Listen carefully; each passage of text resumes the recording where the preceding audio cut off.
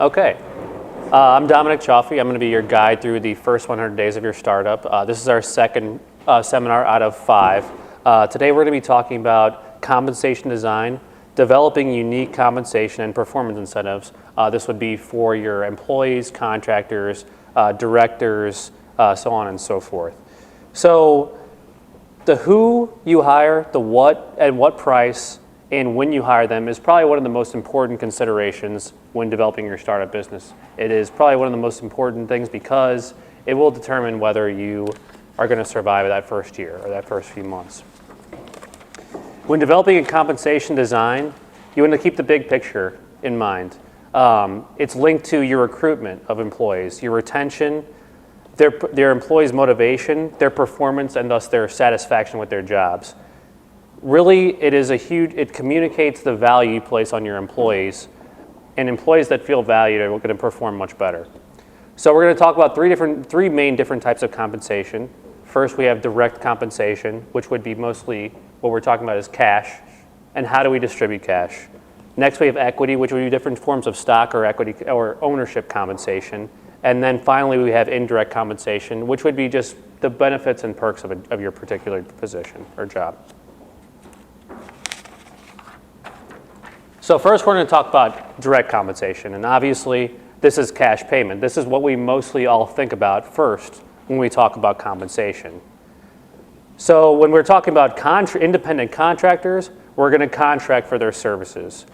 In this situation, we're going to have a service agreement, and we're going to have a scope of work. The scope of work outlines in a very particular sense in a contract what exactly the contractor is going to perform and how they're going to perform it. And then on the other side, we're going to have the price that you're going to pay for that scope of work. On the other hand, we have an employee, and an employee gets a salary, whether it be annual or it might be hourly or an hourly wage. But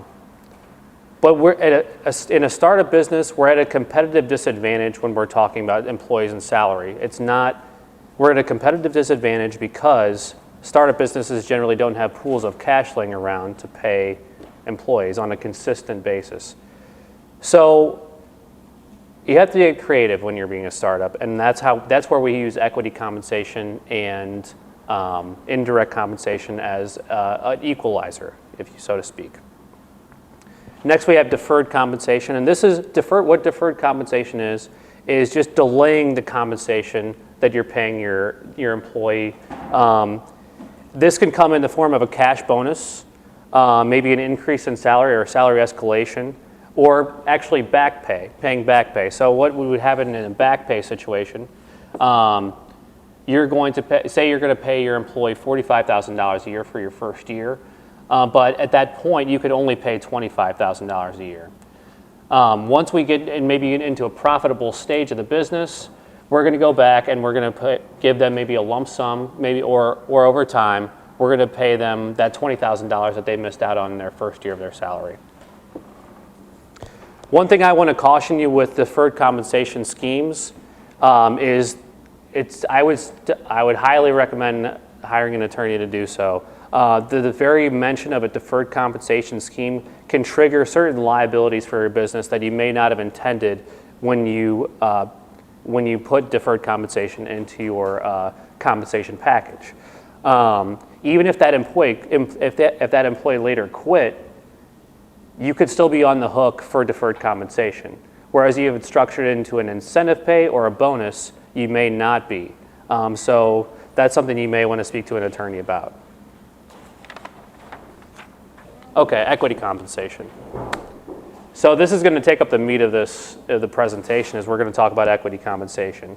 What you need is we need an employee compensation plan when you're planning on giving employees equity.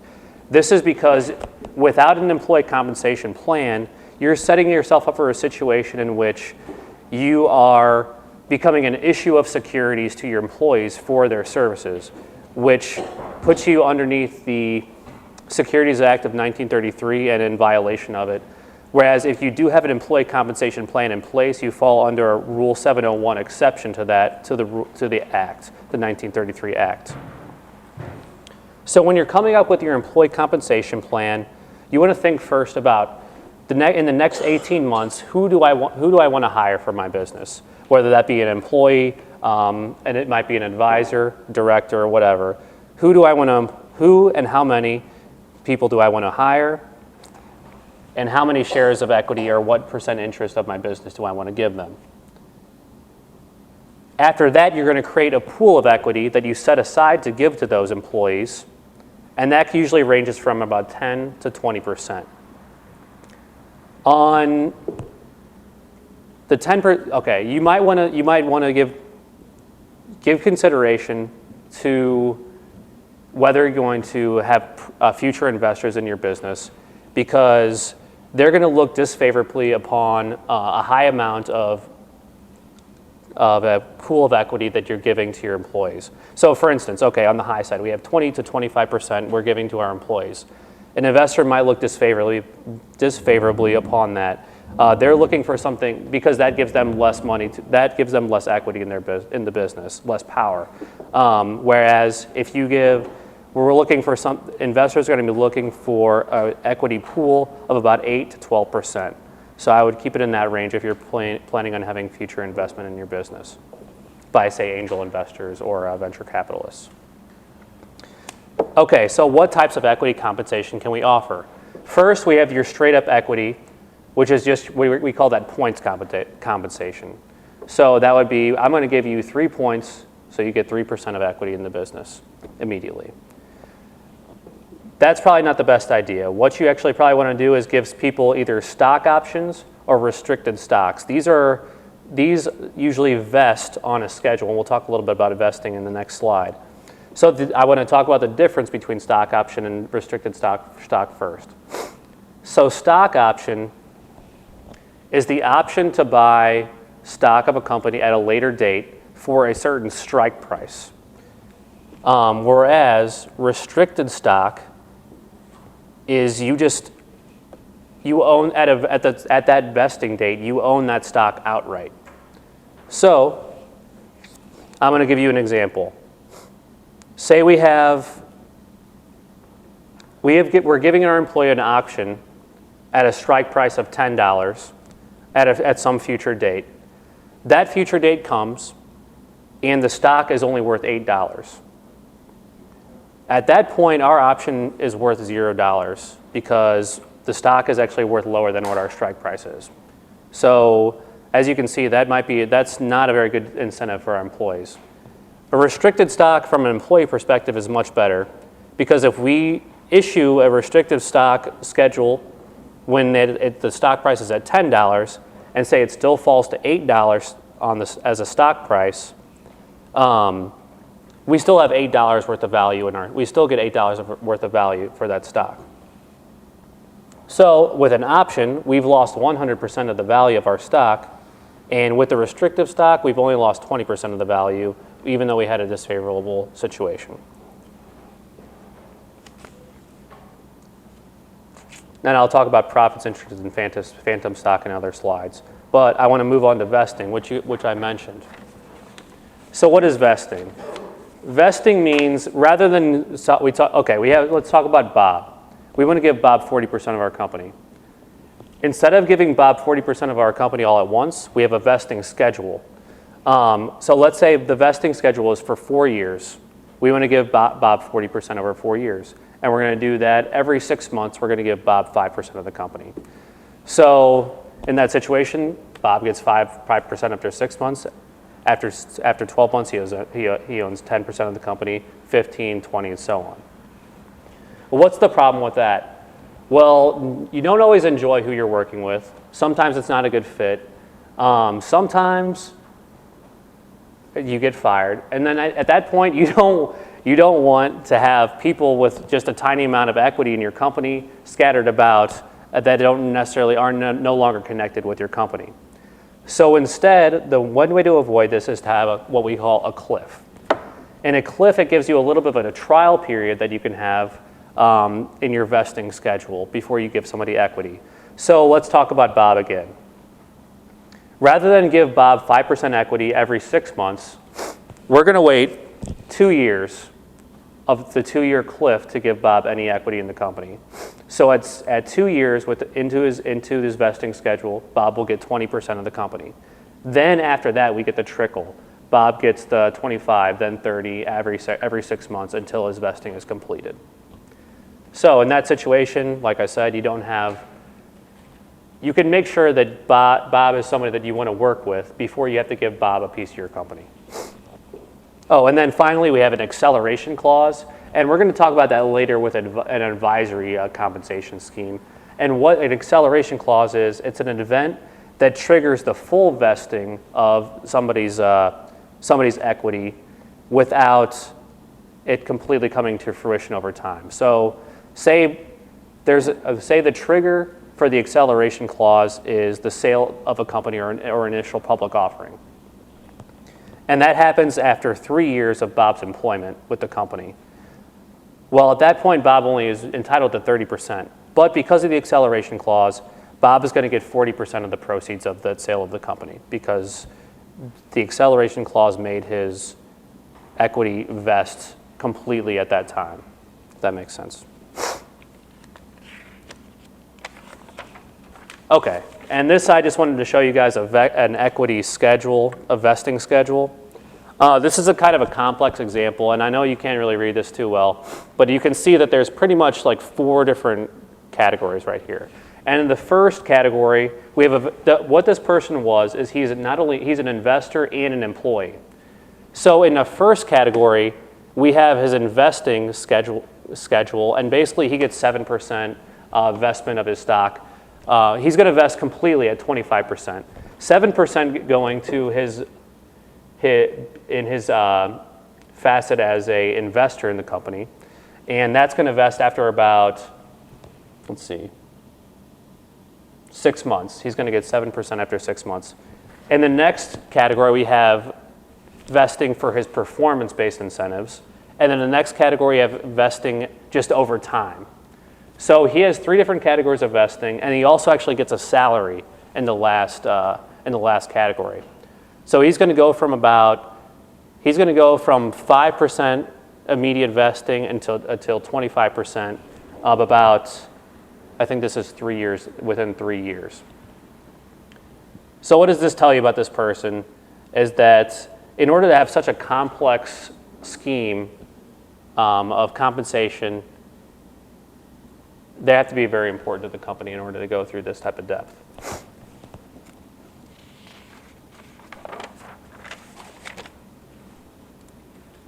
Phantom stock. Well, why do they call it phantom stock? Is because it's not really stock. But I wanted to put this within the equity terms because I think it relates more to equity than it does to actual payment of cash. It is a payment of cash, or it's not like it relates more to equity than a payment of salary. What it is, it's when a company promises to pay cash at some future date in an amount equal to the market value to the number of shares of its stock. Okay, that sounds weird, right? Okay, so what we have is a situation where we're giving somebody a number of shares of stock, phantom stock, and at a certain date, we're going to give them the value of the stock in cash rather than the actual equity in the company. Now, this is a great way it has pros on both sides for management and for the employee. Not only does it align the interest of both the employee and the management because now the employee has a vested interest in seeing this company succeed. It's also going to increase the retention of the employee, but also the company is not going to lose any of their equity in their management decision power. So this is very important in a closely held company or maybe a family company. Next, we have profits interest. Profits interest is a little bit of a different animal, but it is actually a true equity compensation. So the reason it's different than true equity, or I shouldn't say true equity, the reason it's different than traditional equity is that the person does not receive an interest in the liquidation of the company, which the liquidation would be if it's going out of business. The person with the profits interest, if you have say you have a 10% profits interest, the company needs to be liquidated. It's going down fast. The person with a profits interest is not going to get 10% of the assets and the sale of the proceeds of the company. But what they do get is a share in the future profits of the business or the increase in the value of the business. So I want to give you guys an example. So we have Amy and Bob. Amy and Bob have both invested $100 into the business. So the company is now worth $200. At that point, they hire Carl. Carl gets a 10% profits interest in the business. About a year later, they sell the company for $300. At that point, they cash out. Carl gets 10% of $100, which would be $10, because he gets 10% of the increase in value of the company. So he gets $10. So as you can see, it's not a true equity stake. It's not a traditional equity, but it's still aligning the interest of your employee with the management and the ownership.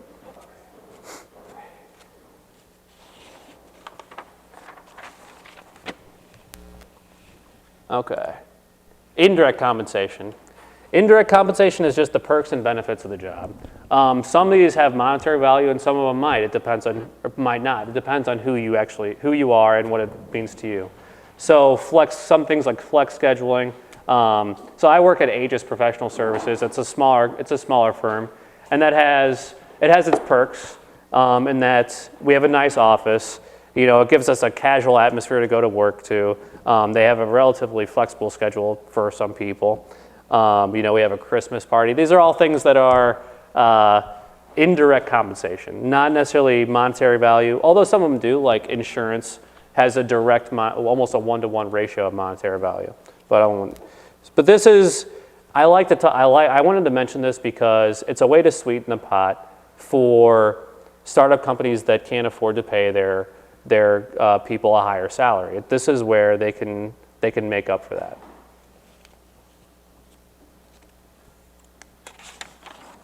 So who gets what? So I'm going to talk a little bit about your co-founders, directors, advisors, employees, and contractors. And I'm going to give you my recommendations about what type, if it was me and my hypothetical company here, Hypochondriac, what type of compensation structure I would have and why.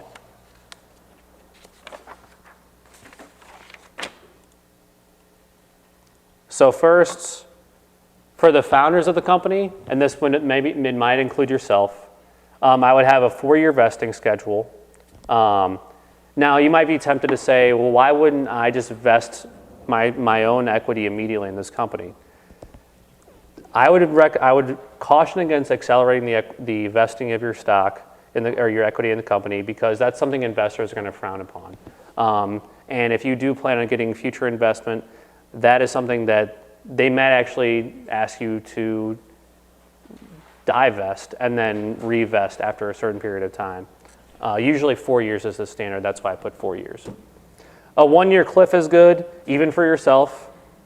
This avoids, clipping off little chunks of equity to different people that you may not want to work with. And for startups, for startup foundings, a lot of times, salary is going to be optional. And if you do have salary, it's going to be below market value salary. So in an instance where a lot of instances, people start up a business and they have another job. And in that situation, you might be able to get away with a zero salary for your founder. But you want to have below market value salary, and that's another investor consideration.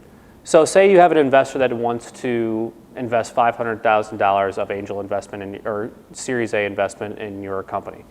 And you and 3 of your buddies are each making, or you and 2 of your buddies are each making $100,000 a year. So you got $300,000 of their investment for the next year going towards your salary. That's just that's extracting an inappropriate amount of money away from the company.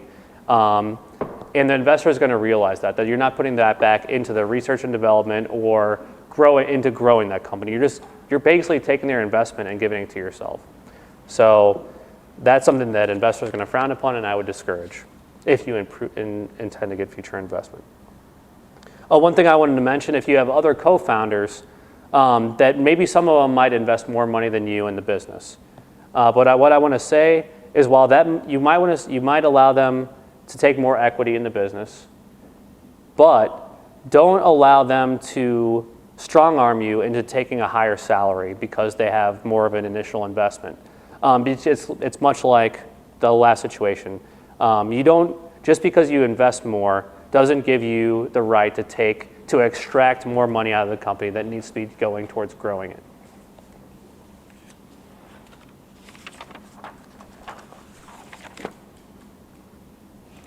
Advisors, this is where things get a little bit interesting. I actually printed out a template that I'd like to pass out to all of you guys. I think I didn't expect that we'd have 6, but I got 5. So what this is a template that if you want to have an advisory board, how to keep them motivated to stay with you in your company. So it's a contract that's put together. And so, okay, for an advisor, you give them a modest amount of equity, and the reason for that is because your advisors are essentially, they're entrepreneurs who have been through this before. Maybe they're in your industry, or maybe they have some other type of mentorship that they can give you. And what we see with our Aegis clients, they're very young startup clients, and they have advisors that will do this out of the kindness of their hearts. And that seems great. They have the best of intentions, but what we see consistently is these advisory boards quickly fall apart. And that's because they're doing it for free. They have no incentivization to stick with this company long term, to see their advice come to fruition and to see it through. So you give them a little bit of an equity interest, and that'll keep them on board. So for their equity interest, you may have it vest in 2 or 4 years. You could have a cliff if you want to, but you're going to definitely need to have an acceleration clause in there, because if you have a successful exit for your company, that means the advisor has ultimately done his job, and he deserves to be compensated for that. Now, where we can get a little bit creative with your now how much equity to give them, where you can get a little creative, is have different levels of advisory. So at this stage, we have a basic level of advisory, and then the more advice and more work you're going to put into it, you get a little bit more equity. So at this stage, we have on this, I don't know, it's hard to read, but okay. So we have a standard advisor, and he's just going to go to your monthly meetings, and so he gets 0.25%. Granted, he's coming in at the idea stage. The next is would he have a strategic advisor. So not only is he going to come to monthly meetings, but he's also going to help a little bit with recruiting. So he gets a little bit more equity. Our next level advisor is an expert advisor. So he might come to monthly meetings, he might do a recruiting, he might help with contacts, projects, contracts, the like, and he's going to get a little bit more equity as well. Okay, the other way we're going to rate how much equity we're going to give your advisors is what stage they come in. Because clearly somebody that comes in at an earlier stage is putting more risk at that their equity is going to be worth nothing.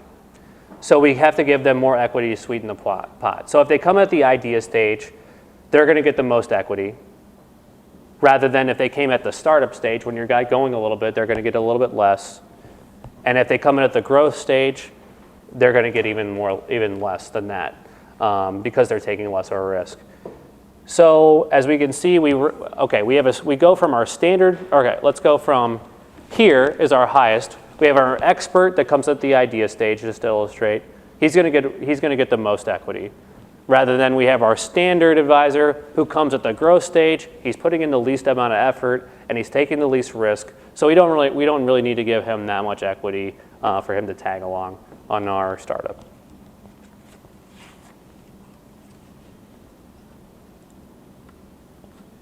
Finally, we come down to employees, and I'm also going to talk a little bit about the difference between employees and contractors. How do we distinguish between an employee and a contractor?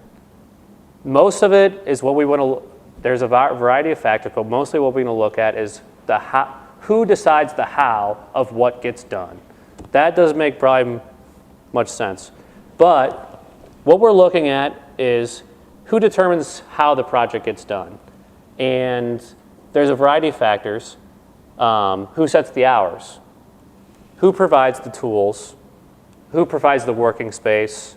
And how are they paid? Those are just some of the factors.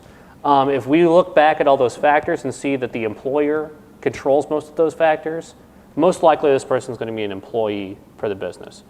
If we look at those factors and it's mostly the person that is hired that controls those factors, that's going to be an independent contractor.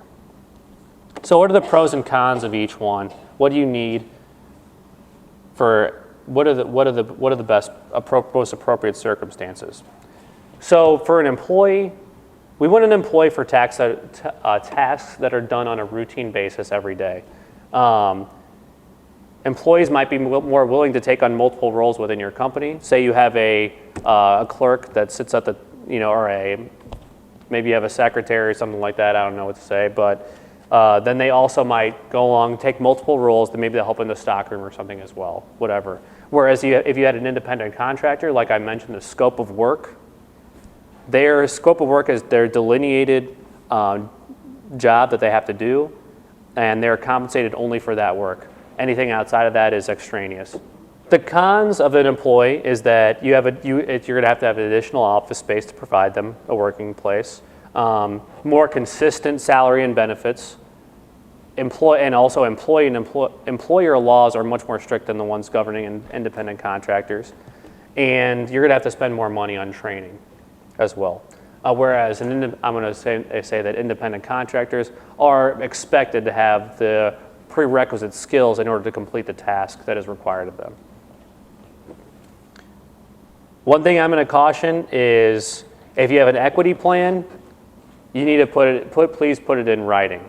One of the worst things that you see, especially if you plan on getting future investment in your company, is people that have done these equity agreements on a handshake, and then they have to go back to each individual that they had this handshake with and determine what type of equity did I give you? Because when an investor does their due diligence on your company, they're going to want to know exactly who has shares of this company and how much they're going to get. Okay, and to do that, you're probably going to want to hire an attorney. I'm a little bit biased, but okay. So how would I compensate my employees? If you're a startup business, I would definitely look towards part-time or flex-time employees. You'd be very surprised at how many stay-at-home moms or dads are out there that are more than qualified for the jobs that a startup company might have, but they don't have, because of their obligations, they don't have the ability to work at a 40-hour-a-week job. But they have the ability to work for a startup company who might only need certain things done at certain times. The downside of having these flex time or part-time employees is that you might not be able to rely upon them to put the business before their personal lives because of their obligations. So giving them time-sensitive tasks is probably not the best idea. I would give traditional equity to my key employees, possibly phantom stock. And I would give phantom stock to other key employees that were at a lower level. Maybe if I didn't trust them that much, or not necessarily. Maybe you just want to go to phantom stock for both. Definitely bonus and incentive pay. That's going to keep morale up and keep performance high. And indirect compensation is just kind of your daily morale of your employees. Finally, we come down to the contractor. I would definitely urge you to pay your contractors in cash and to keep the projects that they work on small. If it does come down to the fact that you have to have a large project, break it up into smaller pieces with separate milestones and decision points. That way you can determine whether this somebody is somebody that you want to work for in the future. So say if you have a web page, we separate the project into three different types of decision points. First, maybe setting up the front page of my website. next maybe the rest of the following architecture, and maybe then the back end or whatever it is. In that situation, it allows you to decide whether this person is worth continuing to work with me. Next, we have optional incentive pay. That means if you have a time-sensitive task, say you have a project that's supposed to take 2 months, if this contractor can do it in 6 weeks, maybe you pay him a little bit more. Finally, equity as a last resort. So, as we talked about separating your project into 3 parts, make sure that those first 2 parts of your project are a proving ground for this contractor. And on the 3rd part, maybe you want to give them a little bit of equity. And what that does is to say, I'm not just hiring you on a contract basis anymore. I'm looking at you as a business partner for future projects. So, don't give equity to an unproven partner. Is the bottom line. Or I'm sorry, an unproven contractor. So, I appreciate you guys coming. If you feel like you haven't got your money's worth, please have some more beer.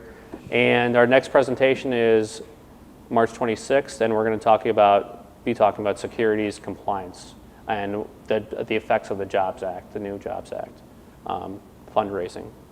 So, any questions that I can help you guys out with? Oof, all right.